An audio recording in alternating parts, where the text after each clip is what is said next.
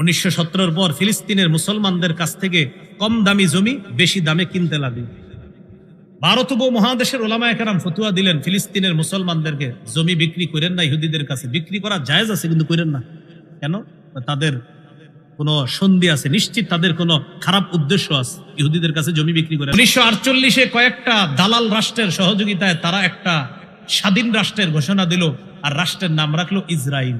আরব উপদ্বীপ থেকে কেনানি নামে এক জাতি, আমরা বর্তমানে যাকে ফিলিস্তিন বলে জানি, সেখানে তারা গিয়ে বসবাস শুরু করেছে। তখনও ওই এলাকার নাম ফিলিস্তিন হয়নি। এই জায়গাটা নোট করার মতো। ইহুদিদের দাবি এখানে তাদের আদি নিবাস। ইতিহাস বলে কেনানিরা এখানের প্রথম আদি নিবাস। এই যে কেনানিরা গেল, মানুষ যখন দেখলো ধাতু আবিষ্কার করা দরকার, তখন মানুষ পৃথিবীর দিকে মনোযোগ দিয়ে দেখলো কোথায় খনিজ পদার্থ বেশি আছে, আল্লাহর নেয়ামত বেশি।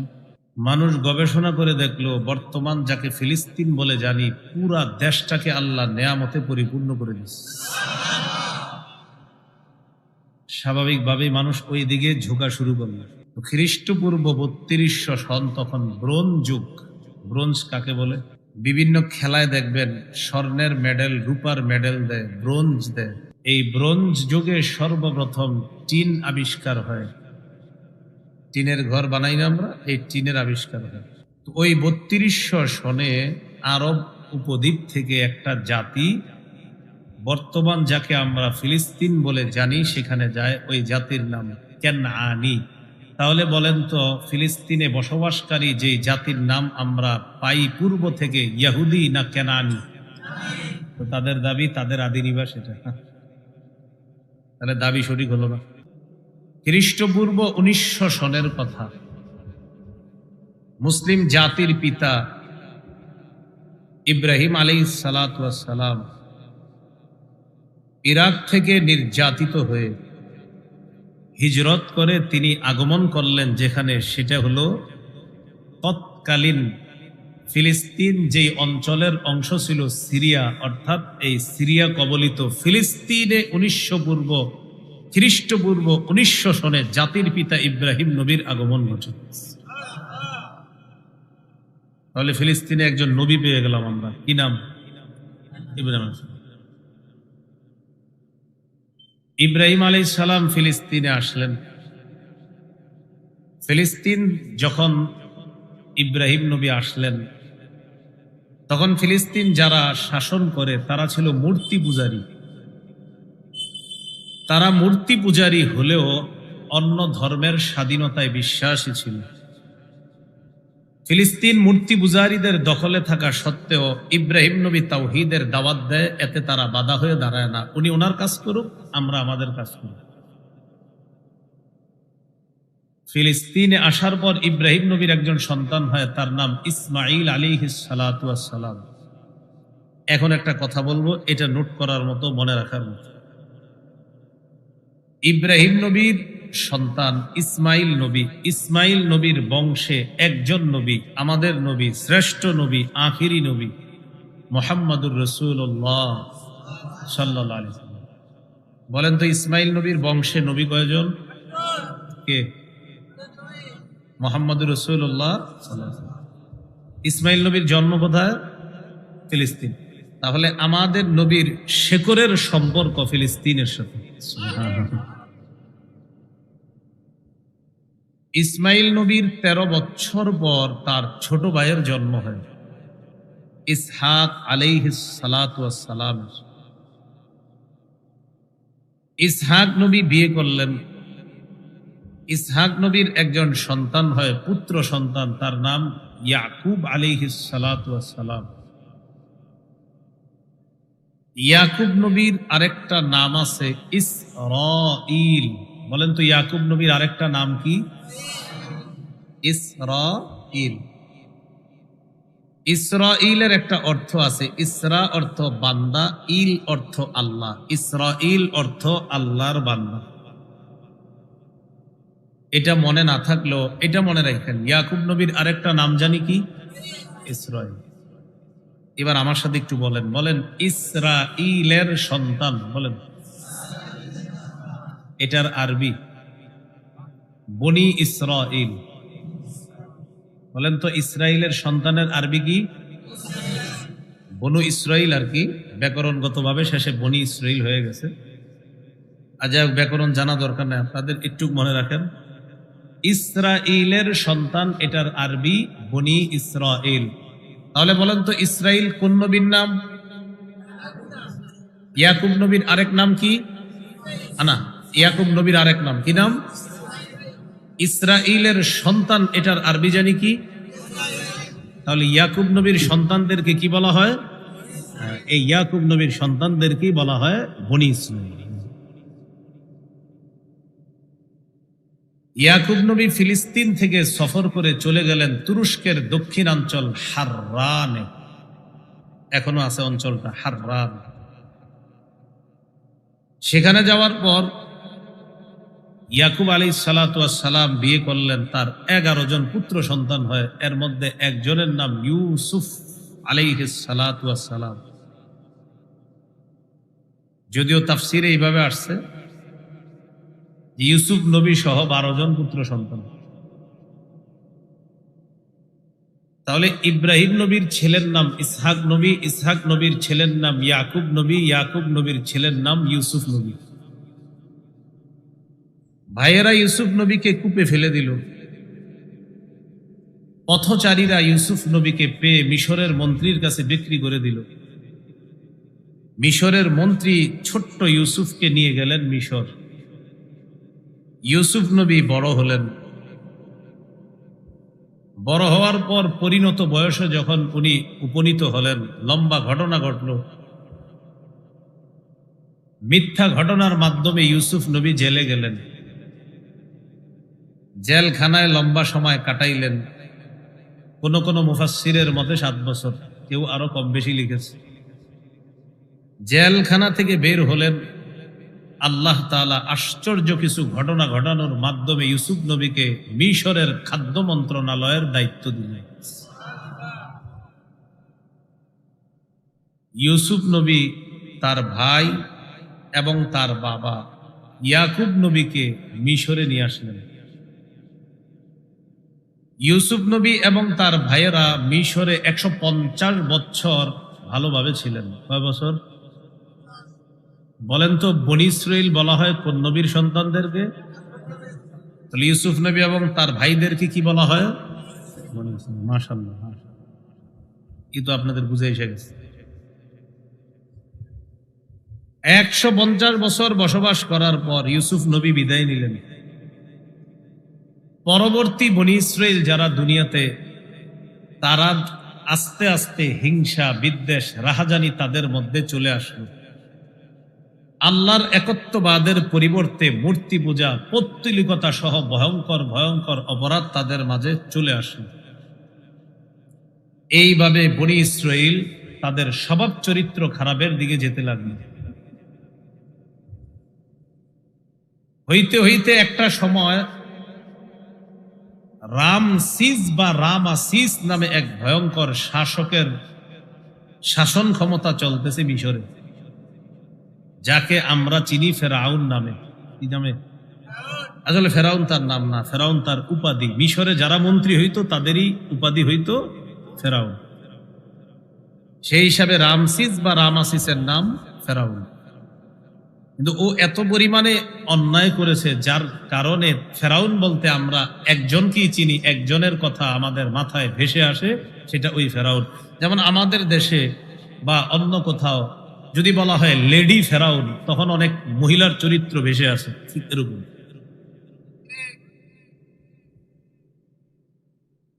তো ফেরাউন তার শাসনে বনি ইসরাইলদেরকে, পুরুষদেরকে দাস বানাইতে লাগলো, নারীদেরকে দাসী বানাইতে লাগলো। লম্বা ঘটনা ঘটল। খ্রিস্টপূর্ব 1250-এ বনি ইসরাইলের মাঝে আল্লাহ তাআলা মহা মর্যাদাপূর্ণ একজন নবী পাঠাইলেন, তার নাম মূসা আলাইহিস সালাম।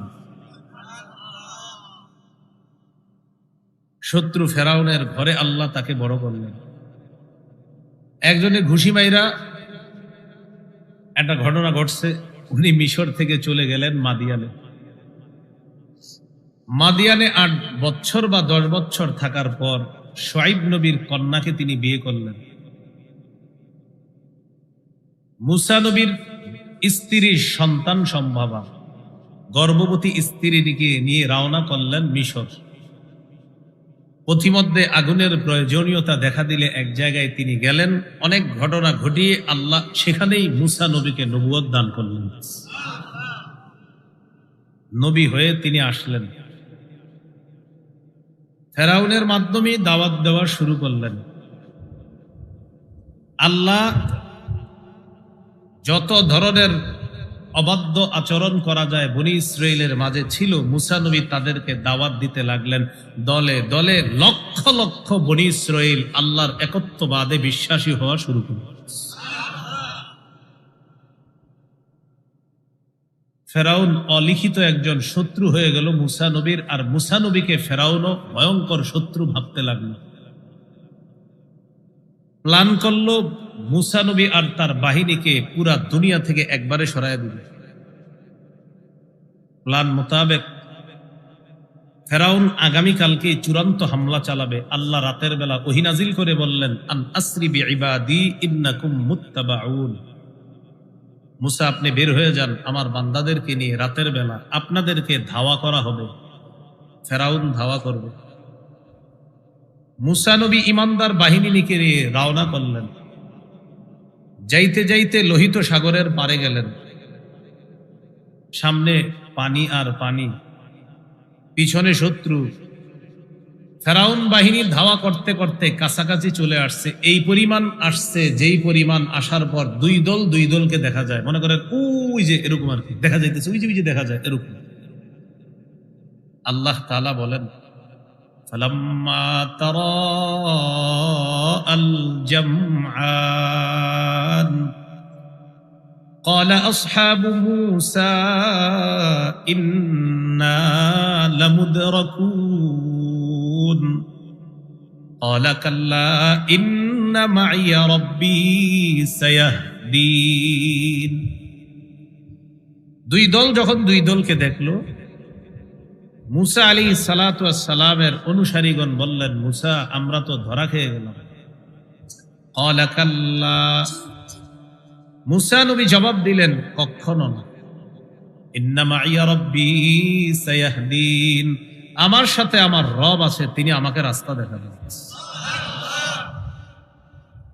আল্লাহ তাআলা ওহী প্রেরণ করলেন, আওহাইনা ইলা মুসা আনিদ্রিব বিআসাকাল বাহর।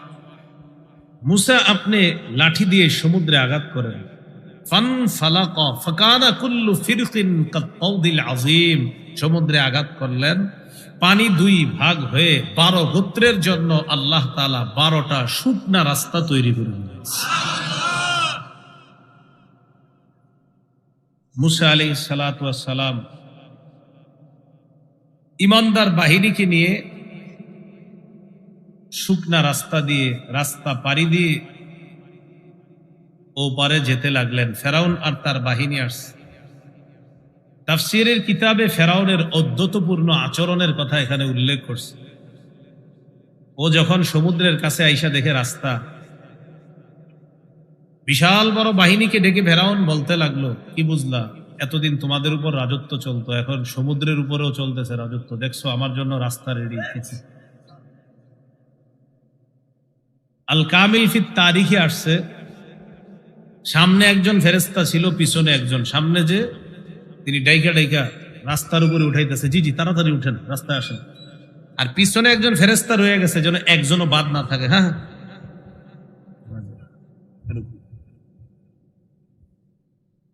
মুসা আলাইহিস সালাম এবং তার বাহিনী শুকনা রাস্তা দিয়ে নদী পার হয়ে ওপারে চলে গেলেন। ফেরাউন আর তার বাহিনী রাস্তার উপরে উঠা মোটামুটি চলতে লাগলো। সব বাহিনী যখন উঠা শেষ, আল্লাহ তাআলা মুসা নবী আর তার বাহিনীকে ওপারে নিয়ে দাঁড় করায়া রাখলেন। একটু দেখো পিছনে ফিরে কি ঘটাই আমি। এই কথাটা 1 পারার 7 পৃষ্ঠার শুরুতে আছে। وَأَغْرَقْنَا آلَ فِرْعَوْنَ وَأَنْتُمْ تَنْظُرُونَ। শুকনা রাস্তাকে আমি আল্লাহ বললাম পানি হয়ে যেতে, পানি হয়ে গেল।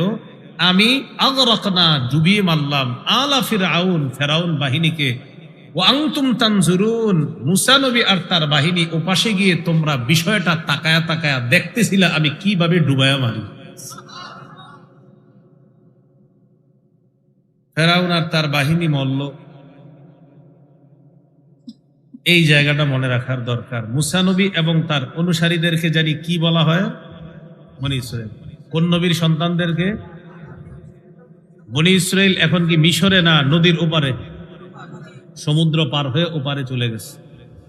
তাহলে এখান থেকে একটু মাথায় নিয়ে আসেন যে মিশরের পাশে একটা সমুদ্র, সমুদ্র পাড়ি দিয়ে মুসা নবী আর তার বাহিনী ওপারে। তাহলে মাথায় আনেন ওপারে যেখানে গেল এলাকার নাম কি? ওই এলাকার নাম সিনাই। কি নাম? সিনাই। সিনাই এলাকায় যাওয়ার পর মুসা আলাইহিস সালাম তার অনুসারীদেরকে বুঝাইলেন, এক কাজ করি, চলো আল্লাহর ঘর বাইতুল মুকাদ্দাস মূর্তি পূজারীদের দখলে আছে, আমরা জিহাদের মাধ্যমে আল্লাহর ঘরটা উদ্ধার করে আল্লাহর একত্ববাদের ঘোষণা দিয়ে এখানে আবার ইবাদত শুরু করি, চলো। রাজি হইছে। বনি ইসরাইলকে নিয়ে মুসা নবী ফিলিস্তিনে প্রবেশ করলেন। সুবহানাল্লাহ।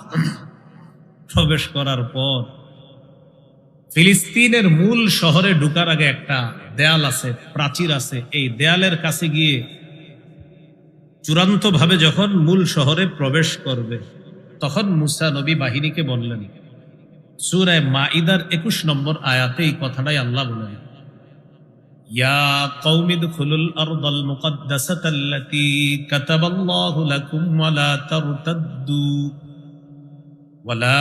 তারতাদ্দু আলা আদবারিকুম ফাতানকালিবু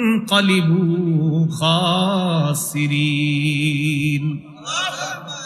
মুসা নবী বললেন, হে আমার সম্প্রদায়, পবিত্র ভূমিতে প্রবেশ করো যা আল্লাহ তোমাদের জন্যই নির্দিষ্ট করে রেখেছেন। ওয়ালা তারতাদ্দু আলা আদবারিকুম, পিছনে ফিরে যেও না। ফাতানকালিবু খাসিরিন, উল্টে গিয়ে ক্ষতিগ্রস্ত হবা, পিছনে ফিরে যেও না। মুসা নবীর জাতি জবাব দিলেন, ক্বালু ইয়া মূসা ইন্না ফীহা কওমান জাব্বারিন। মুসা, ভিতরে এক প্রতাপশালী জাতি আছে, অনেক শক্তিশালী জাতি আছে। ইন্না লান নাদখুলাহা হাত্তা ইয়াখরুজু মিনহা, এই জাতি এখান থেকে বের না হওয়া পর্যন্ত আমরা প্রবেশ করব না। ফাইয়াখরুজু মিনহা, যদি এই প্রতাপশালী শক্তিশালী জাতি বের হয়, ফাইন্না দাখিলুন, তাহলে আমরা প্রবেশ করব। এই কথা বলার পর মুসা নবী অনেক বুঝাইলেন, চলো। সর্বশেষ এরা জবাব দিল, ইযহাব আনতা ওয়া রাব্বুকা ফাকাতিলা, মুসা তুমি আর তোমার রব যাও, গিয়ে লড়াই করো। ইন্না হাহুনা কাঈদুন, আমরা এখানে বসে থাকি, অপেক্ষা করি, তুমি আর তোমার আল্লাহ গিয়ে লড়াই করো। এটা কে বললো? বনি ইসরাইল। আল্লাহ রাগান্বিত হয়ে বনি ইসরাইলের উপর আযাব স্বরূপ ওই এলাকায় তাদেরকে উদ্ভ্রান্তের মতো ঘুরাইতে লাগলেন। এই এলাকাটার নাম হলো তিহ। কি নাম? তয় দীর্ঘিকার হ, তয় দীর্ঘিকার হ, কি হয়? তিহ। এটাকে বলে ময়দানে তিহ। জালালাইন যারা পড়েন বা পড়ান, মাশাআল্লাহ, তাদের এই বিষয়গুলো খুব সুন্দরভাবে জানা কথা। তিহ নামক ময়দানে আল্লাহ এদেরকে ঘুরাইতে লাগলো।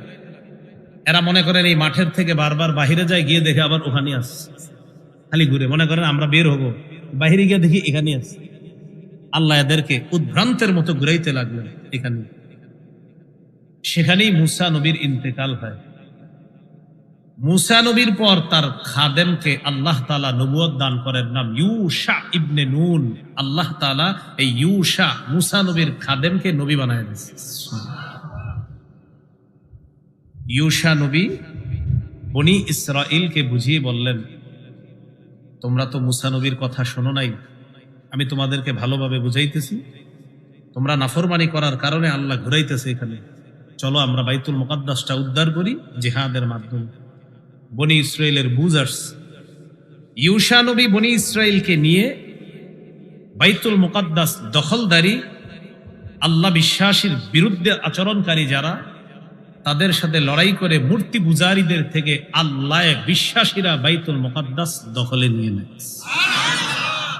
এই হলো বনি ইসরাঈলদের মোটামুটি দলগতভাবে বাইতুল মুকাদ্দাসে প্রবেশ করা। আর বর্তমান যারা ইহুদি, তারা ওই তাদেরই আপনার বংশধর, তো তারা বলে এটা আমাদের আদি নিবাস। কোথায় আদি নিবাস? মাত্র পাইলাম তারা প্রবেশ করছে, এটা খ্রিস্টপূর্ব 1190 এর কথা।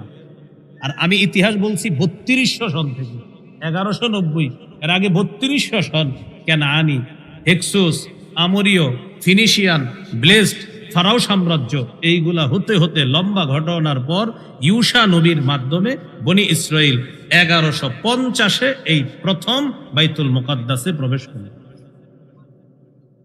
তাহলে এটা কি আদি নিবাস হলো না অনেক পরে প্রবেশ হলো? বাকি এই জায়গাটা একটু মনে রাখেন, বলেন আমার সাথে, বাইতুল মুকাদ্দাস ইমানদারদের দখলে থাকবে, এটাই মূলনীতি। ইহুদিরা কি ইমানদার? এই জন্য দাবি একটা হলো আদি নিবাস, এটাও ভুল। আরেকটা হলো আমাদের পূর্বপুরুষরা এখানে আসছে, হ্যাঁ এটা আমরা মানি, তারা ছিল ইমানদার, তোমরা বেঈমান, তাই ইমানদারদের দখল আমরা মানি। তো বেঈমানের বাইতুল মুকাদ্দাস দখল কোন ইমানদার মানে না, মানতে পারে না।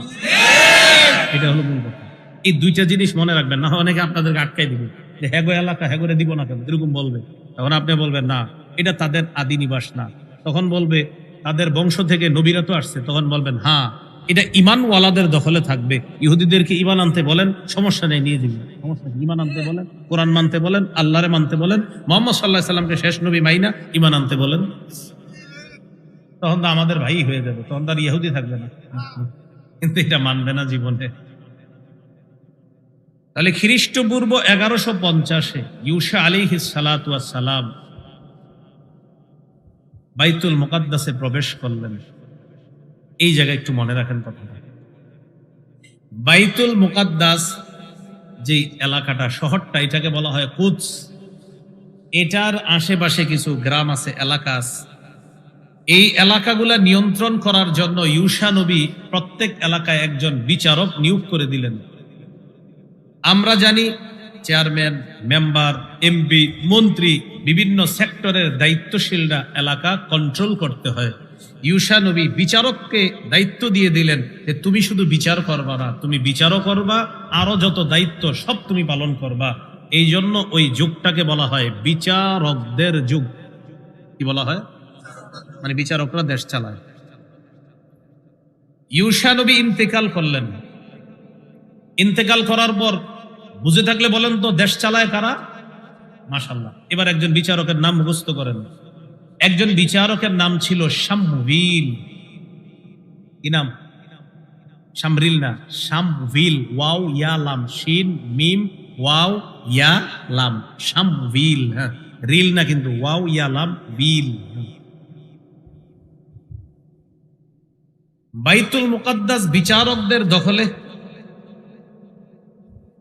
বাইতুল মুকাদ্দাসের আশেপাশে যেই সমস্ত অঞ্চল, ওই অঞ্চলের জনগণ মেনে নিতে পারে না যে বিচারকরা দেশ চালাবে, এটা আমরা মানি না। এই জন্য তারা কি করতে লাগলো, হঠাৎ হঠাৎ হামলা চালাইতে লাগলো বাইতুল মুকাদ্দাসের উপর। হামলা চালাইতে চালাইতে একবার হামলায় তারা জয় লাভ করেছে। আসদুদি সম্প্রদায় বাইতুল মুকাদ্দাসকে দখলে নিয়ে নিছে। ইমানদারদের থেকে বাইতুল মুকাদ্দাস ছুটে গেল, বিচারকরা সেখান থেকে চলে গেল। একজন বিচারকের নাম মনে করছিলাম আপনাদেরকে, কি নাম? এই শামভিল নামক বিচারককে আল্লাহ তাআলা নবুয়ত দান করলেন। তাহলে তিনি হলেন শামভিল নবী। মজার একটা ঘটনার দিকে আমরা আগাইতেছি, দেখেন কি হয়। শামভিল নবী বনি ইসরাইলকে বললেন, এক কাজ করি চলো। মুসা নবী চেয়েছিলেন বাইতুল মুকাদ্দাস উদ্ধার করতে, তোমরা যাও নাই। ইউশা নবীর অধীনে তোমরা গিয়েছো, এখন আল্লাহ তো আমাকেও নবী বানিয়েছে, আমার অধীনেও চলো, বাইতুল মুকাদ্দাস আমরা জিহাদ করি, জিহাদের মাধ্যমে আবার উদ্ধার করি। বনি ইসরাইল জবাব দিল, না আমরা যাবো না। কেন? তোমার অধীনে লড়াই করবো না। আল্লাহ যদি একজন বাদশাহ আমাদেরকে দেয়, তার অধীনে আমরা লড়াই করব। তুমি একজন বাদশাহ দাও আমাদের। এই কথাটা কোরআনে আছে।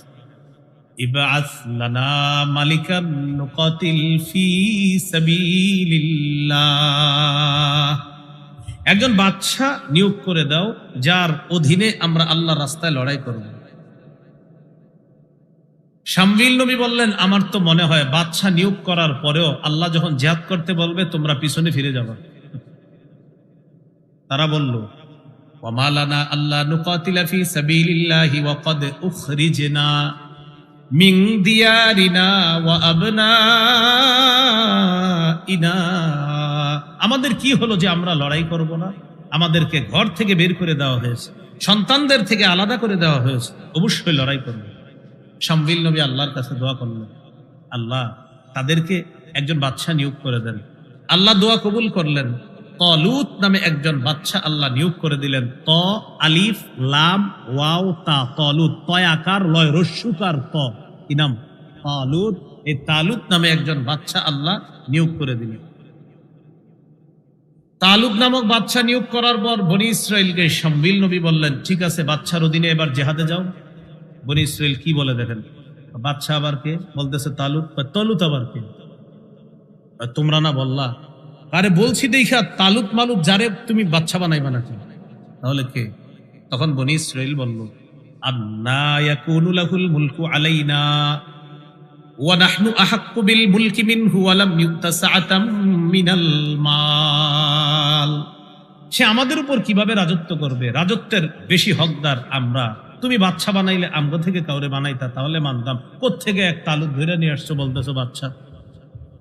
আর তার তো টাকা পয়সাও নাই, তাকে তো প্রচুর টাকা পয়সাও দেওয়া হয়নি, তার তো টাকা পয়সা নাই এখানে নোট করার মতো। ওই যুগে বনি ইসরাইলরা মনে করত নেতা হতে গেলে টাকা লাগে, যেই বিষয়টা আমাদের যুগেরও কিছু অসুস্থ মস্তিষ্ক সম্পন্ন মানুষ মনে করে নেতা মানি টাকা। তখন চা দোকানের সামনে বসে থাকে, গিয়ে অপেক্ষায় থাকে কে আইসা 500 দিবে। এক মুহূর্তের জন্য সরে না, কারণ যদি 500 ছুটে, যে 500 দেয় বলে কি আপনার সাথে আছে। একটু পরে একজন আইসা 1000, দেখো হ্যাঁ তোমার সাথে আছে। আরেকজন আইসা 2000 দেয়। এইভাবে মোটামুটি 10, 12, 20 দিন যেরকম চলে আর কি, এরকম তার বিশাল বড় একটা ইনকাম হয়, আর সবাইরই বলে তোমার সাথে আছে। এবার ওই ব্যক্তি 100 কোটি টাকা খরচ করে, 50 কোটি টাকা খরচ করে, খরচ করার পর আপনি কি মনে করেন ফাও খরচ করছে? এবার ওই টাকা সে পরিপূর্ণভাবে উঠাবে। উঠানোর সময় কি করবে? রডের পরিবর্তে বাঁশ দিবে। সবই তো ঠিক কইলেন, 1500 খাওয়া এটাও ঠিক, রডের পরিবর্তে বাঁশ এটাও ঠিক।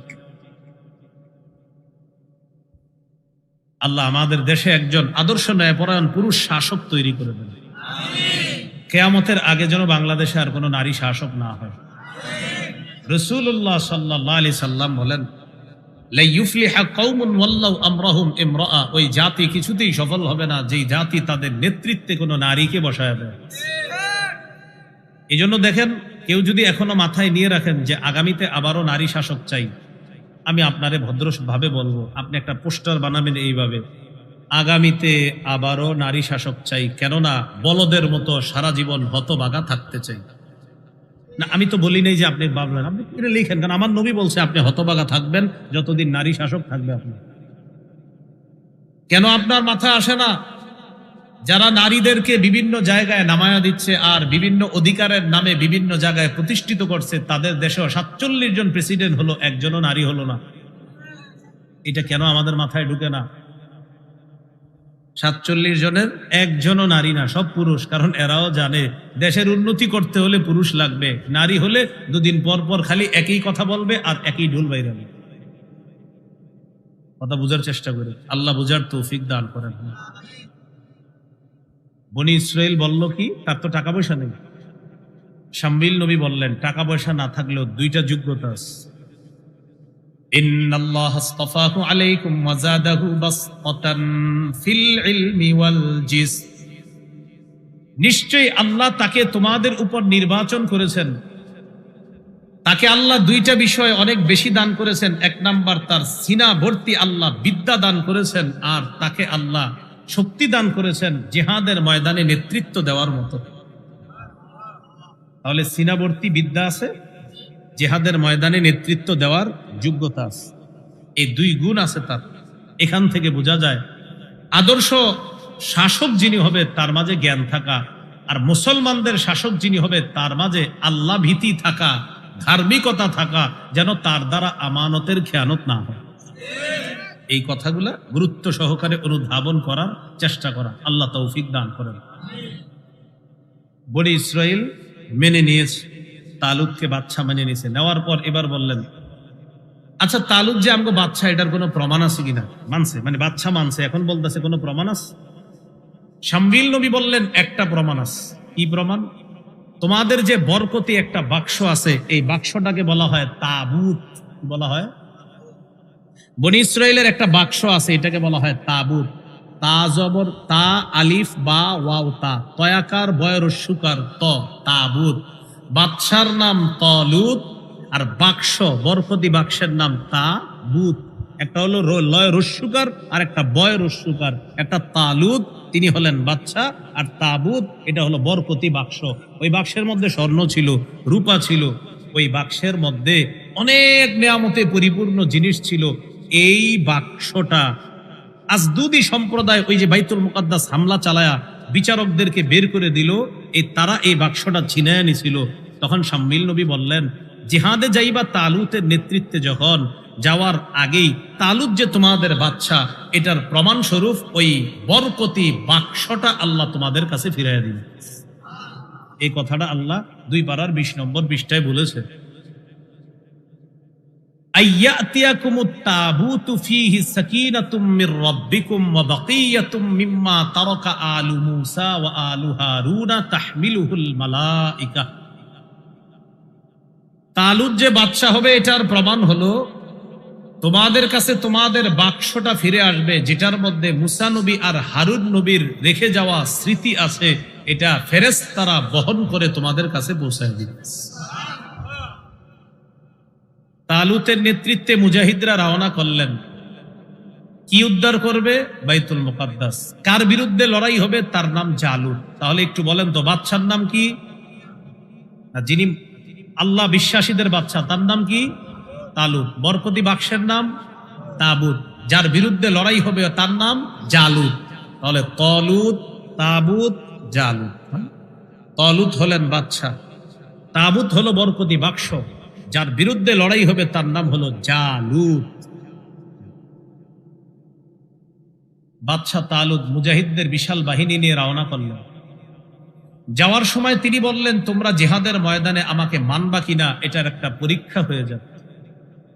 তোমরা যাওয়ার সময় একটা নদী পড়বে, এই নদী পাড়ি দেওয়ার সময় কেউ পানি পান করবা না। যারা পানি পান করবা তারা মুজাহিদ বাহিনী থেকে ছিটকে পড়বা। ঘটনা চক্রে কি হয়েছে জানেন? বেশিরভাগ মুজাহিদ ডক ডক করে পানি পান করছে, তার মানে বেশিরভাগ মুজাহিদ বাহিনী থেকে ছিটকে পড়ছে। স্বল্প সংখ্যক বাহিনী টিকে আছে। কেউ কেউ লিখেছেন তাদের সংখ্যা 300-র বেশি, কেউ লিখেছেন 313। তালুত এই ছোট্ট বাহিনী নিয়ে রওনা করলেন। মুজাহিদরা তখন আল্লাহর উপর ভরসা করে বললেন, কাম মিন ফিআতিন কালিলাতিন গালাবাত ফিআতান কাসীরাতাম বিইذনিল্লাহ। কত ছোট বাহিনী আল্লাহর হুকুমে বড় বাহিনীকে হারায়া দিছে। আল্লাহর সাহায্য থাকলে আমরা ছোট্ট মুজাহিদ বাহিনী জালেম জালুত বাহিনীকে হারিয়ে দিব। এখন একটা জিনিস মনে রাখবেন, আমার সাথে বলেন, বলেন মুজাহিদ বাহিনীতে দাউদ নবীর 2 ভাই ছিল। তাহলে নতুন করে আরেকটা নাম এসে গেল, দাউদ। কি আসলো? তাহলে তালুত, তাবুত, জালুত, দাউদ। যাই হোক, দাউদ নবীর নামটা মাত্র আনলাম, এখনো পরিপূর্ণ আনি নাই। আনছি 2 ভাইকে, দাউদ নবীকে আনি নাই। বলেন তো মুজাহিদ বাহিনীতে কোন নবীর 2 ভাই আছে? মাশাআল্লাহ। দাউদ নবীগণ 3 ভাই। 3 ভাইয়ের মধ্যে বড় 2 ভাই জিহাদে গেছে। দাউদ নবী সবার ছোট ভাই, বয়স হলো 16।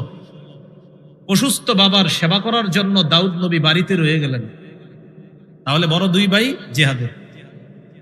তালুত বাহিনী জালুত বাহিনীর সাথে লড়াই শুরু হয়েছে। লড়াইয়ে আল্লাহ তাআলা ছোট্ট তালুত বাহিনীর সাথে বিশাল বড় সশস্ত্র জালুত বাহিনীকে নাস্তানাবুদ করে ছাড়তেছে। তালুতের জয় জয়কর অবস্থা, মুজাহিদদের জয় জয়কর অবস্থা। তবে একটা বাধা, এই বাদার নাম জালুত। জালুত বড় পালওয়ান, মাঠে আইসা বলতে লাগে বারবার, আমি এখনো বাকি আছি, আমার দল শেষ হয়ে গেল, আমি আছি বাকি এখনো, আমাকে না হারানো পর্যন্ত আল কুদস শহর তোমরা পাচ্ছ না, বাইতুল মুকাদ্দাস এত সহজে তোমরা পাইতেছ না। আর ওই যুগে নিয়ম, প্রতিপক্ষের কেউ থাকা পর্যন্ত জয় পরাজয়ের সুনিশ্চিত আপনি ঘোষণা করতে পারেন না। একটু খালি বাধা, তার নাম জালুত। তবে বাধাটা ভয়ঙ্কর, ওর সাথে লড়াই করার জন্য কেউ সাহস করে না।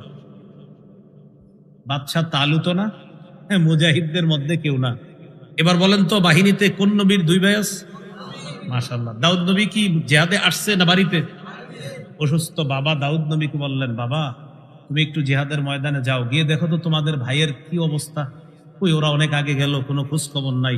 দাউদ নবী অনুসন্ধানে আসলেন বড় দুই ভাইয়ের। জিহাদের মাঠে এসে দেখলেন তালুত বাদশাহ, বনি ইসরাইল আল্লাহ বিশ্বাসীদের জয় জয়কর অবস্থা। শুধু বাধা হলো জালুতের সাথে কেউ লড়াই করার সাহস করছে না। ছোট্ট দাউদ নবী, 16 বছর বয়স, তখনও নবুয়ত পাননি তিনি। বাদশাহ তালুতের কাছে গেলেন, গিয়ে বললেন, কি ব্যাপার, আপনারা কেউ যাচ্ছেন না কেন? বলতেছে, কেউ সাহস করতেছে না। যদি আপনারা কেউ না যান, আল্লাহর উপর ভরসা করে আমাকে পাঠান। বয়স কত?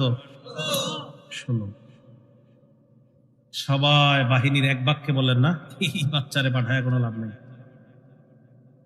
দাউদ নবী বললেন, যেহেতু আপনারা কেউ যাইতেছেন না, যাইলে যান, আর যদি না যান, একজন তো যাবে, তো সে একজন আমারই পাঠান, হয়তো শহীদ না হয় গাজী। আর যদি আপনারা যান, ভালো কথা, না গেলে আমাকে পাঠান। তো বাদশা তালুত দেখলো কেউ তো যাইতেছে না, ঠিক আছে, যেমন পিরাবিরি করতেছে, পাঠায় দিল। ছোট্ট দাউদ নবীকে পাঠায় দিলেন। একটা পাথর নিয়ে দাউদ নবী মাঠে আসেন। পালোয়ান জালুত দাঁড়ায় রয়েছে, হাসতেছে। এত চিন্তা ভাবনার পরে বুঝি এটারে বাড়াইস। দাউদ নবী হাঁটতে হাঁটতে সামনে গেছে, হাতটা জালুতের দিকে তাক করছে, আল্লাহর নাম নিয়ে পাথরটা মাথা বরাবর মারছে। পাথর মাথার পাশে আঘাত লাগতে জমিনে পড়ে গেছে জালুত। দাউদ নবী তরবারি নিয়ে গিয়ে জালুতের কল্লাটা দেহ থেকে আলাদা করে দেয়। আল্লাহ কোরআনে বলেন, ওয়াকাতালা দাউদু জালুতা। দাউদ নবী জালুতকে হত্যা করার মাধ্যমে বনি ইসরাইলকে জিহাদের বিজয় এনে দিলে আমি আল্লাহ বাইতুল মুকাদ্দাস আবার আল্লাহ বিশ্বাসী বনি ইসরাইলদেরকে ফিরিয়ে দিলাম। এরপরে আল্লাহ বলেন, ওয়াতাহুল্লাহুল মুলকা ওয়াল হিকমা। দাউদ আলাইহিস সালাতু ওয়াস সালাম পরিণত বয়সে উপনীত হলেন। আল্লাহ তাআলা তাকে একসাথে বাদশাহী দিলেন, আবার নবুয়ত দান করলেন। ইতিহাসের এখান থেকে আপনারা খুব গুরুত্ব সহকারে শোনেন কি হয়।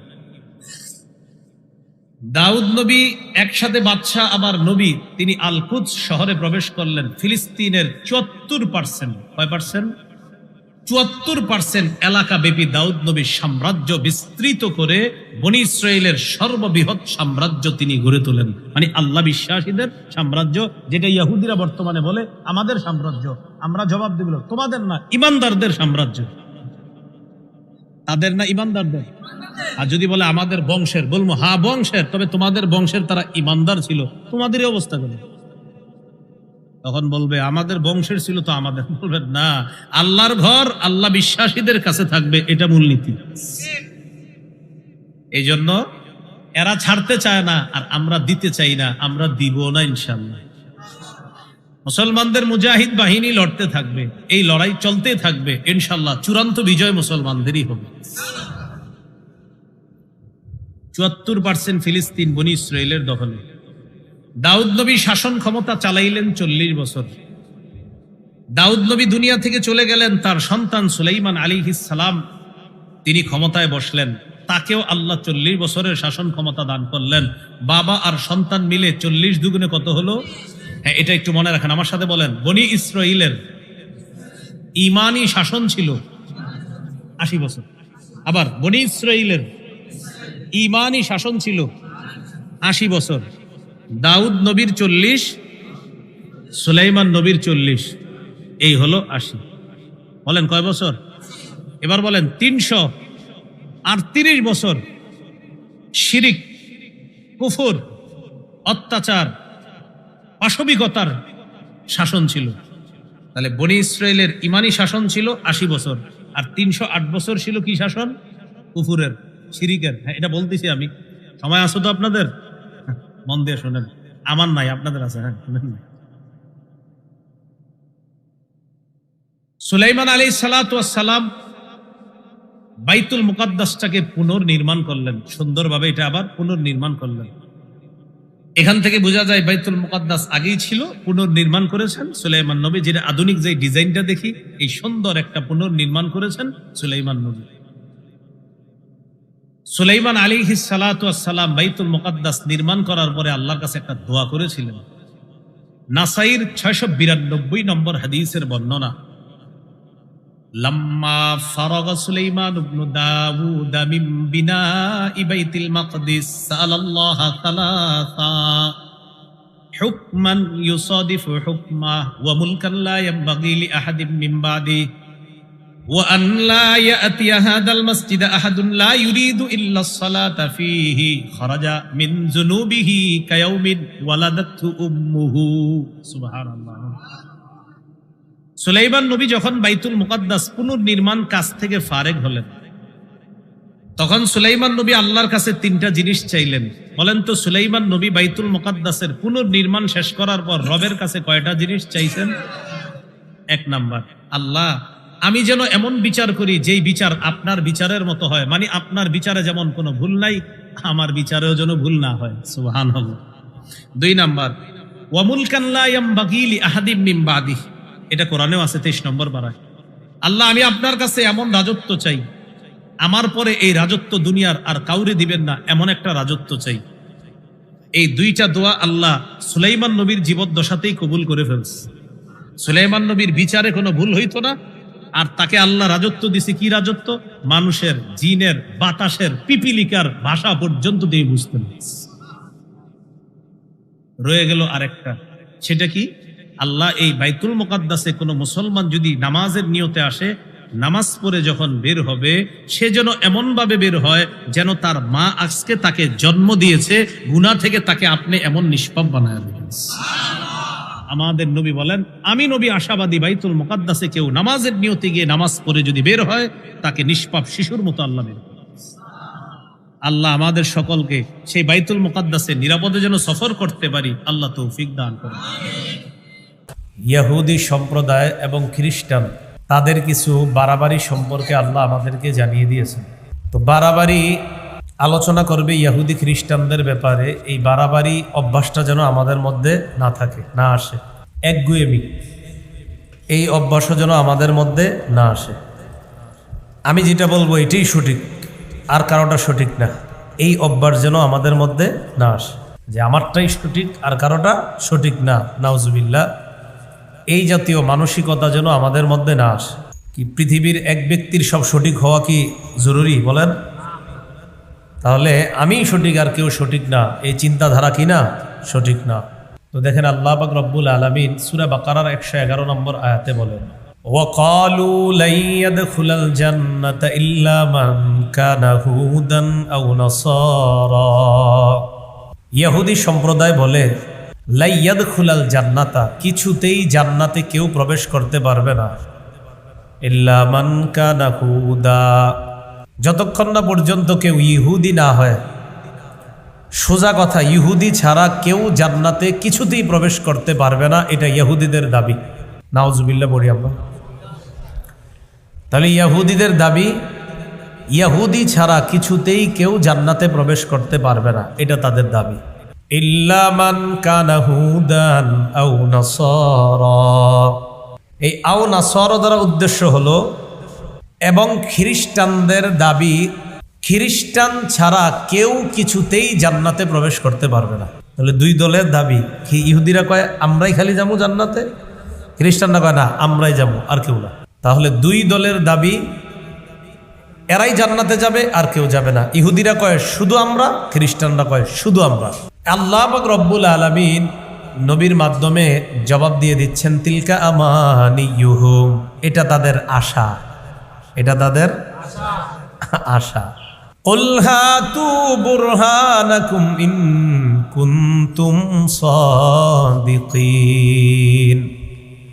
আপনি তাদেরকে বলেন, তোমরা যদি তোমাদের দাবিতে সত্যবাদী হও, ও ইয়াহুদিরা, তোমরা বলো যে কেউ যদি ইয়াহুদি না হয় তাহলে কিছুতেই জান্নাতে যেতে পারবে না।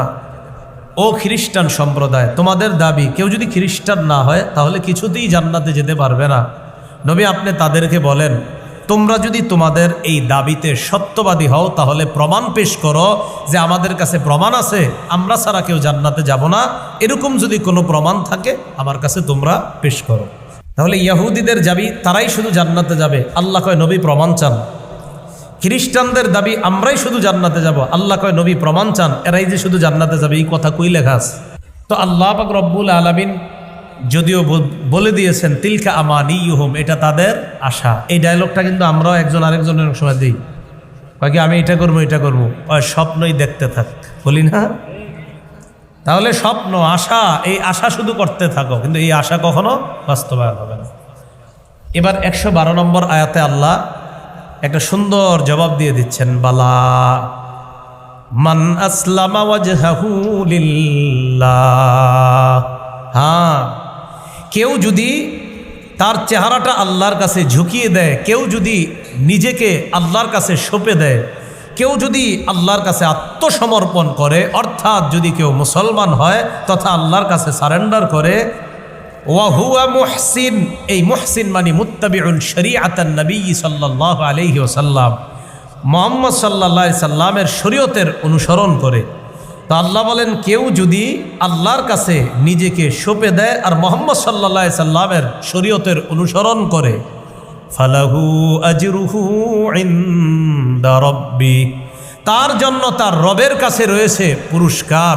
ওয়ালা খাউফুন আলাইহিম ওয়ালা হুম ইয়াহজানুন, নবী বলেন তাদের কোনো ভয় নাই, তাদের কোনো চিন্তাও হবে না। আমি আল্লাহ ভয়হীন চিন্তাবিহীন তাদেরকে জান্নাতে পৌঁছাবো। তাহলে এবার আল্লাহ জবাব দিয়ে দিলেন, ইহুদিরা কয় আমরাই যাবো জান্নাতে, খ্রিস্টানরা কয় শুধু আমরা যাবো। আল্লাহ কয় আশা, আশা, এটা শুধু আশা, এর সপক্ষে দলিল নাই। হ্যাঁ, নবী বলেন ইহুদিদের কেউ যদি মুসলমান হয় আর আপনার শরীয়তের অনুসরণ করে, খ্রিস্টানদের কেউ যদি মুসলমান হয় আর আপনার শরীয়তের অনুসরণ করে, সারা পৃথিবীর কেউ যদি মুসলমান হয় আর আপনার শরীয়ত অনুযায়ী চলে, তাদেরকে ভয় ছাড়া চিন্তা ছাড়া জান্নাত দিব, আমার কাছে তাদের জন্য পুরস্কার রয়েছে।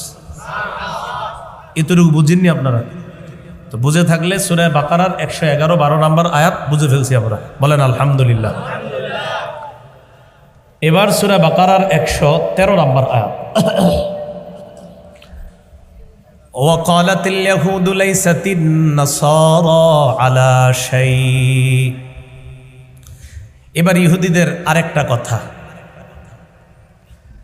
ইহুদি সম্প্রদায় আর খ্রিস্টান সম্প্রদায়, ফ্যানের সমস্যা বন্ধ করে দেন, সমস্যা নেই, বন্ধ করে দেন। হ্যাঁ, এখন আমি আপনাদেরকে বলি, আমারে এখন দেখবেন যে ঘামানোর কারণে কেউ টেনশনে পড়ে যাবেন না, আর মনে খুব কষ্ট হইতেছে, এই হিসাবে এদিক ওদিক অনেকে তাকায়, ভাই এটা করো এটা করো, নিষ্টেনশনে শুনতে থাকেন।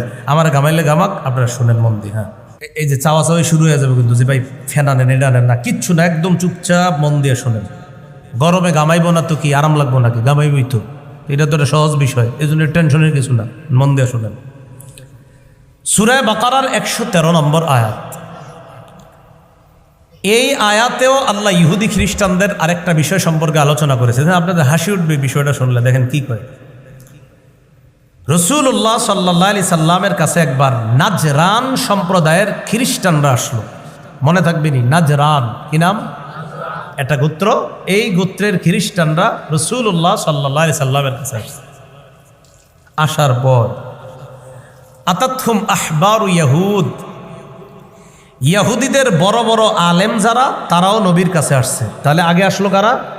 খ্রিস্টানরা, নাজরানের খ্রিস্টানরা। তো খ্রিস্টানরা যে নবীর কাছে আসছে, তখন আবার ইহুদিদের বড় বড় আলেমরাও নবীর কাছে আসছে। আসার পর কথাবার্তা চলতেছে, চলার এক পর্যায়ে ইহুদিদের একজন, তার নাম রাফে, বলেন তো কি নাম? রাফে। এই রাফে নবীর সামনে খ্রিস্টানদেরকে বলে ফেললো, লাস্তুম আলা শাই, তুমগো ধর্মের কোনো ভিত্তি নেই। ইহুদিদের এক আলেম নাম রাফে খ্রিস্টানদেরকে বলল, লাস্তুম আলা শাই, তুমগো ধর্মের কোনো ভিত্তি নেই। এই কথা শুই না খ্রিস্টানদের একজনেরও খুব রাগ উঠে গেছে, সে আবার পাল্টা বলল, লাস্তুম আলা শাই, তুঙ্গ ধর্মেরও কোনো ভিত্তি নেই। আল্লাহ জানে, বুঝছেন কি? ইহুদিরা বলল তুঙ্গ ধর্মের কোনো ভিত্তি নেই, খ্রিস্টানদের একজন পাল্টা জবাব দিল তুঙ্গটার কোনো ভিত্তি নেই। তাহলে দুই দলের উপর অভিযোগ যে তোমাদের ধর্মের কোনো ভিত্তি নেই, তাহলে ফলাফল কি দাঁড়ায়? কারোটার কোনো ভিত্তি নেই। এটাই তো, এক দলের কাছে আরেক দলের ভিত্তি নেই। আল্লাহ পাক রব্বুল আলামিন তাদের ব্যাপারে সূরা বাকারার 113 নম্বর আয়াতটা নাজিল করে আল্লাহ জানায়া দেয়, ওয়াকালাতিল ইয়াহুদু লাইসাতিন নাসারা আলা শাই, ইহুদি সম্প্রদায় কয় লাইসাতিন নাসারা আলা শাই, খ্রিস্টানদের ধর্মের কোনো ভিত্তি নাই। ওয়াকালাতিন নাসারা লাইসাতিল ইয়াহুদু আলা শাই, খ্রিস্টানরা পাল্টা জবাব দিয়ে কয় ইহুদি ধর্মের কোনো ভিত্তি নাই। ঘটনাটা মনে থাকবে নি, ওই ঘটনার কেন্দ্র করে আল্লাহ কয় আমার নবীর সামনে খ্রিস্টানরা কয় ইহুদি ধর্মের কোনো ভিত্তি নাই, আমার নবীর সামনে ইহুদিরা কয় খ্রিস্টান ধর্মের কোনো ভিত্তি নাই। ওয়াহুম ইয়াতলুনাল কিতাব, অথচ ইহুদি খ্রিস্টান উভয় সম্প্রদায় কিতাব পড়ে। ইহুদিরা পড়ে তাওরাত, খ্রিস্টানরা পড়ে ইনজিল। তাওরাত আমি আল্লাহর আসমানি কিতাব, ইনজিল আমি আল্লাহর আসমানি কিতাব।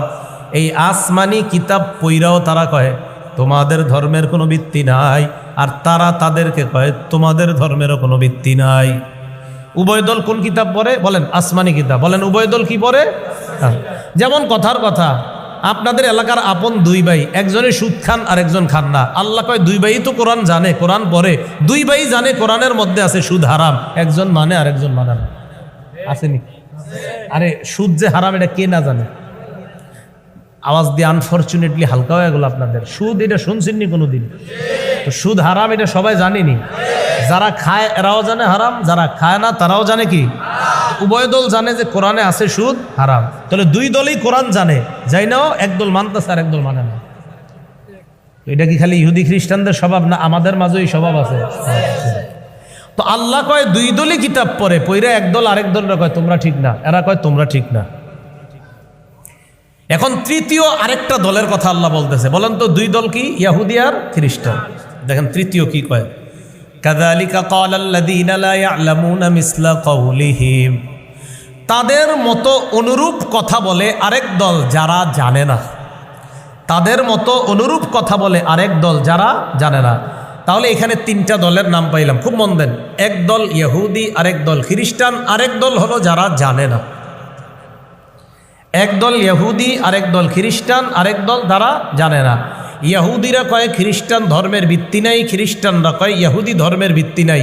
আল্লাহ কয় আরেকটা দল আছে যারা জানে না, যারা কিতাবাদি কিচ্ছু বুঝে না, এরাও তাদের মতো কথা বলে। এখন আমরা বের করব এরা আবার কারা? যারা জানে না। এই যারা জানে না তারা উদ্দেশ্য এক নম্বর, ইহুদি খ্রিস্টানরা এই সম্প্রদায়ের মতো এরকম কিছু মানুষ ছিল আগেও, যারা হুদাই বুইজা না বুইজা বইলা ফেলতো তুই ঠিক না, এই আবার আরেকজন কইতো তুই ঠিক না। এ হলো আল্লাহ বলেন যারা জানে না। আবার এই যারা জানে না তারা উদ্দেশ্য হলো মুশরিকু মাক্কা, মক্কার মুশরিকরা। কারা? মক্কার মুশরিকরা কয় মুহাম্মদ সাল্লাল্লাহু আলাইহি সাল্লাম কয় মুহাম্মদের ধর্মের কোনো ভিত্তি নেই। তাহলে ইহুদিরা কয় খ্রিস্টান ধর্মের ভিত্তি নাই, খ্রিস্টানরা কয় ইহুদি ধর্মের ভিত্তি নাই। আল্লাহ কয় আরেকটা দল আছে যারা না যাই না এদের মতো কথা বলে, এরা হলো মক্কার মুশরিকরা। এরা আমার নবীরে কয় তোমার ধর্মের ভিত্তি নেই। তাহলে ধর্মের ভিত্তি নেই এই স্লোগানের দল পেয়ে গেলাম কয়টা? তিনটা। এই দুইটা তো ইহুদি খ্রিস্টান, আর একটা মক্কার মুশরিকরা। এবার আল্লাহ জবাব দেয়, ফাইনাল জবাব, ফাল্লাহু ইয়াহকুমু বাইনাহুম ইয়াওমাল কিয়ামাতি ফীমা কানু ফীহি ইখতালিফুন। আল্লাহ তাদের মাঝে কিয়ামতের ময়দানে ফয়সালা করবে, বিচার করবে ওই বিষয়ে যেই বিষয়ে তারা মতভেদ করত, যেই বিষয়ে তারা ইখতিলাফ করত, ঝগড়া বিবাদ করত, সেই বিষয়ে কিয়ামতের ময়দানে ফয়সালা করবেন কে? আল্লাহ। এইগুলো সূরা বাকারার 113 নম্বর আয়াত। এবার আমরা 114 নম্বর আয়াত জানব। 114 নম্বর আয়াতটা জানার আগে আমরা কয়েকটা বিষয় মনে রাখবো। বলেন তো তাইতুস, বলেন সবাই তাইতুস। কি তাইতুস? এক বাদশার নাম। কি নাম? বর্তমানে খ্রিস্ট আপনার বর্ষ হিসাবে ইংরেজি কত বছর চলে এখন? 2023। এই তাইতুস নামক বাদশার রাজত্ব ছিল 39 থেকে 81 খ্রিস্টাব্দ। শুধু 39 থেকে 81 খ্রিস্টাব্দ। শুধু 39 থেকে 81 খ্রিস্টাব্দ। বাদশার নাম কি? তাইতুস। এটা মনে থাকবে নি? আচ্ছা, এটা মনে রাখেন, এরপর আয়াত পড়ি, পরে বিষয়টা বুঝাই। সূরা বাকারার 114 নম্বর আয়াতে আল্লাহ বলেন, ওয়ামান আযলামু মিম্মান মানাআ মাসাজিদাল্লাহি আন ইউযকারা ফিহা ইসমুহু ওয়া সাআ ফি খারাবিহা উলাইকা মা কানা লাহুম আন ইয়াদখুলুহা ইল্লা খাইফিন। ওই ব্যক্তির চেয়ে বড় জালেম আর কে? যেই ব্যক্তি মানা বাধা দেয় মাসাজিদাল্লাহি আইয়ুযকারা ফিহা ইসমুহু, যেই ব্যক্তি মানুষকে আল্লাহর ঘর মসজিদ থেকে বাধা দেয়, আইয়ুযকারা ফিহা ইসমুহু, আল্লাহর ঘরে আল্লাহর নাম নেওয়া হবে, এই আল্লাহর নাম নেওয়া থেকে মুসলমানদেরকে, মুসল্লিদেরকে যারা বাধা দেয়, আল্লাহ কয় তাদের চেয়ে জালেম আর কে? আবার বলছি, ওয়ামান আযলামু, ওই ব্যক্তির চেয়ে বড় জালেম আর কে? মিম্মান মানাআ মাসাজিদাল্লাহ, আল্লাহ বলেন মিম্মান, তার চেয়ে বড় জালেম আর কে? মানাআ, যে বাধা দেয়, মাসাজিদাল্লাহ, আল্লাহর ঘর মসজিদ সমূহ থেকে, আইয়ুযকারা ফিহা ইসমুহু, যেই ঘরের মধ্যে আল্লাহর নাম নেওয়া হবে, স্মরণ করা হবে, জিকির করা হবে, আল্লাহু আকবার বলে নামাজ পড়া হবে, সুবহানা রাব্বিয়াল আলা পড়া হবে, সুবহানা রাব্বিয়াল আযীম পড়া হবে, সামিআল্লাহু লিমান হামিদা বলা হবে, আল্লাহু আকবার রব্বানা লাকাল হামদ ইত্যাদি আল্লাহর নাম নেওয়া হবে যে মসজিদে। এই আল্লাহর নাম নেওয়া থেকে যারা অন্যদেরকে মসজিদ থেকে বাধা দেয়, আল্লাহ কয় তাদের চেয়ে বড় জালেম আর কে? তাদের চেয়ে বড় জালেম আর কে? তাহলে কি বুঝলাম আয়াত দ্বারা? যারা মানুষকে আল্লাহর নাম স্মরণ করতে যে মসজিদে যায় যে মানুষরা, তাদেরকে আল্লাহর ঘর মসজিদ সমূহ থেকে যারা বাধা দেয়, আল্লাহর বিচারে তারা সবচেয়ে বড় জালেম। একটু বুঝছেননি আপনারা? এইখানে বাধা যারা দেয়, এটা দ্বারাও 3 সম্প্রদায় উদ্দেশ্য। বলেন কয় সম্প্রদায়? আবার ইহুদি, খ্রিস্টান, মক্কার মুশরিক। এখন আপনাদের প্রশ্ন, হুজুর ইহুদিরা আবার বাধা দিল কেমনে? খ্রিস্টানরা কেমনে বাধা দিস? একজন বাদশার নাম মুখস্থ করাইছে, কি নাম? এই তো মাশাআল্লাহ, তাইতুস। খ্রিস্ট 39 থেকে 81 খ্রিস্টাব্দ পর্যন্ত যে বাদশাহ তাইতুস ছিল, সে একজন খ্রিস্টান বাদশাহ ছিল। তার যুগে বাইতুল মুকাদ্দাসের উপর হামলা চালানো হয়েছে। কিসের উপর? বাইতুল মুকাদ্দাস। যেই বাইতুল মুকাদ্দাসের উপর কিছুদিন পর পর ইসরায়েলিরা হামলা চালায়। এই বাইতুল মুকাদ্দাসের উপর বারবার হামলা চালানো হয়েছে বাদশার যুগে। সে একজন খ্রিস্টান ছিল। একজন ব্যক্তি ছিল, তার নাম বুখতা নাসর, যার নাম আপনারা জানেন বুখতে নাসর হিসাবে। আসলে তার পুরো নামটা হলো বুখতা নাসর, আরবিতে তার নামটা বুখতা নাসর, যদিও তার নাম আমরা জানি বুখতে নসর হিসাবে। এই বুখতা নসর যে, সেও বাইতুল মুকাদ্দাসের উপর হামলা চালাইছে। সে ছিল বাবেলের। এই বাবেল শহরের অধিবাসীদেরকে নিয়ে সে বাইতুল মুকাদ্দাসের উপর হামলা চালায়। আর তার হামলায় সহযোগিতা করেছে যারা, তারাও খ্রিস্টান। তারা কারা? ইহুদিরাও আপনার বিভিন্ন সময় বাইতুল মুকাদ্দাসের উপর হামলা চালায়। আর বর্তমানে তো বাইতুল মুকাদ্দাসের উপর কিছুদিন পর পর হামলা হয়, এটা আপনারা স্পষ্ট। তাহলে ইহুদিরাও হামলা চালায়, মসজিদে আল্লাহর নাম নিতে দিবে না। খ্রিস্টানরাও হামলা চালায়, মসজিদে আল্লাহর নাম দিবে না, নিতে দিবে না। মক্কার মুশরিকরা কি করলো? আমার নবী সাহাবায়ে কেরামকে নিয়ে বাইতুল্লাহ জিয়ারতের উদ্দেশ্যে আসছে। বাইতুল্লাহ জিয়ারতের উদ্দেশ্যে আসার পর হুদাইবিয়া নামক এক জায়গায় আমার নবীকে আর সাহাবীদেরকে আটকায় দিল। নবীর জন্মস্থান, বাপের বাড়ি, মায়ের বাড়ি যেখানে, সেখানে ঢুকতে দিচ্ছে না। হয় না, ঢুকতে পারবে না। নবী কয় আমরা আল্লাহর ঘর জিয়ারত করব, সমস্যা কি? হয় না, এখানে ঢুকতে দেওয়া হবে না। এটা নবীজিরে বলল, ঢুকতে দেওয়া হবে না। তো রাসূলুল্লাহ সাল্লাল্লাহু আলাইহি সাল্লামকে এইভাবে বাধা দেওয়ার পর নবীজি সাল্লাল্লাহু আলাইহি সাল্লাম চলে গেলেন। আপনারা জানেন, লম্বা আলোচনা হুদাইবিয়ার আলোচনাটা। সেখান থেকে নবীজি সাল্লাল্লাহু আলাইহি সাল্লাম সাহাবীদেরকে নিয়ে চলেও গেছেন। তো তো এই যে বাধা দিল, বলেন তো নবীজি আল্লাহর ঘরে আসবে, এই আল্লাহর ঘরে আসা থেকে যে বাধা দিল, আল্লাহ কয় এরাও জালেম। বাইতুল মুকাদ্দাসে যারা নামাজ পড়তে বাধা দেয় তারাও জালেম, ইয়াহুদিরা যদি বাধা দেয় তারাও জালেম, খ্রিস্টানরা যদি বাধা দেয় তারাও জালেম, মুশরিকরা যদি বাধা দেয় তারাও জালেম। কোন মুসলমান যদি অন্যায়ভাবে আরেক মুসলমানকে মসজিদে যাইতে বাধা দেয় সেও জালেম। সেও কি জালেম, কোনো সন্দেহ নেই। আর মুসলমান কেমনে বাধা দেয় আরেকজনকে? তো এই কথাটা আল্লাহ বলেন, ওয়ামান আযলামু মিম্মা মানাআ মাসাজিদাল্লাহি আন ইউযকারা ফিহা ইসমুহু ওয়া সাআ ফি খারাবিহা। ওই ব্যক্তির চেয়ে বড় জালেম আর কে, যে ব্যক্তি মানাআ বাধা দেয় মাসাজিদাল্লাহ, আল্লাহর ঘর সমূহ থেকে, মসজিদ সমূহ থেকে, আন ইউযকারা ফিহা ইসমুহু, যেন আল্লাহর ঘরে আল্লাহর জিকির করা না হয়, এই জিকির করা থেকে যারা বাধা দেয় তাদের চেয়ে বড় জালেম আর কে? আল্লাহর ঘরে আল্লাহর জিকির করা হবে, এই জিকিরটা যেন করা না হয়, যারা বাধা দেয় তারা জালেম। ওয়াসআ ফি খারাবিহা, এবং যারা মুসলমানদেরকে বাধা দিয়ে মসজিদগুলা বিরান করতে চায়, মুসলমান শূন্য করতে চায়, মসজিদে যেন মুসল্লি না যায়, নামাজি না যায়, মসজিদকে যারা বিরান করতে চায়, সাআ মানে চেষ্টা করে, ফি খারাবিহা মসজিদগুলোকে বিরান করতে যারা চেষ্টা চালায় তাদের চেয়ে বড় জালেম আর কে? তাহলে দুইটা বিষয় পাইলাম, এক মসজিদে যাইতে বাধা দেয়, দুই মসজিদ বিরান করার চেষ্টা চালায়, তারা হলো সবচেয়ে বড় জালেম।